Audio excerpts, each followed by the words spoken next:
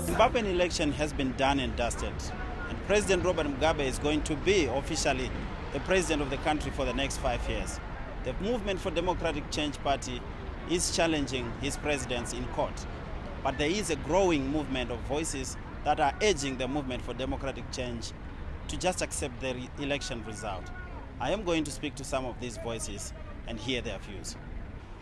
From a personal point of view, given the many disputes that have taken place in regards to the election results, I feel that definitely there should be a rerun, but not under the current conditions, which are the reforms that were supposed to have taken place before the elections were allowed to take place.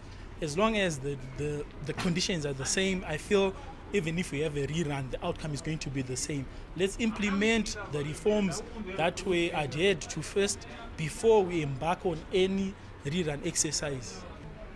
I think the MDC too should accept the results and move on for the good of this country. We need peace to prevail in this country. We need investors to pull in this country, because once there are disputes about this election, potential investors are going to pull out of this country, which will leave many people unemployed and most people suffering because of the disagreements. I think it's high time they accept that they've been defeated, they put their house in order and ensure that in the next 5 years they campaign so that they will win the elections.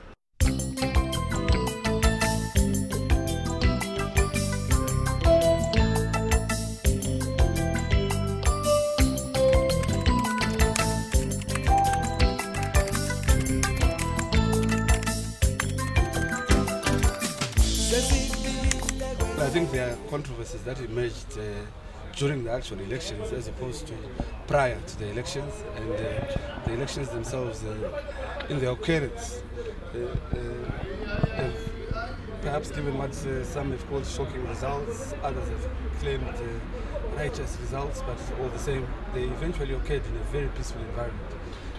Whether they were fair is something that a lot of civil society people have said no, and some observers have not quite clearly indicated that they think. Well, I think the jury is still out on what exactly went wrong, but I think the general consensus would be there was not enough preparation around how exactly the voters' roll would be analyzed, utilized. I think there was also perhaps not enough concentration on the big game plan, particularly at the internal party level, keeping members of the party mobilized, going beyond public support and sympathy, and doing the numbers that will win an election. Well, it basically means that there's a continuation of the policies that they celebrated and continue to try and implement. There will be indigenization, they will seek to expand it into the banking sector, they also seek to expand their youth empowerment funds, proposals and projects, and fundamentally they will not change their attitude towards human rights and democracy because they feel victorious. Sometimes there is a challenge in terms of what is free and fair in terms of election. But when we talk of free and fair in terms of election environment, yes, because there were no any other things that could be reported as incidents of violence or so.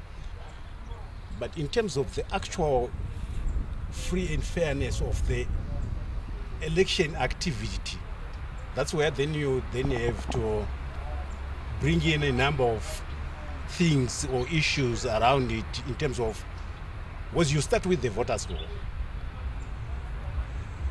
voter registration, the practicality of the whole thing. And when you look at some of these things, this is where you start to raise questions and also create answers from the same thing. But as people who are just been onlookers and they have been observing the elections, we saw that some of these things, politicians were not so sure as to what they should do for the public. other than for them to say we would want to be in office. Someday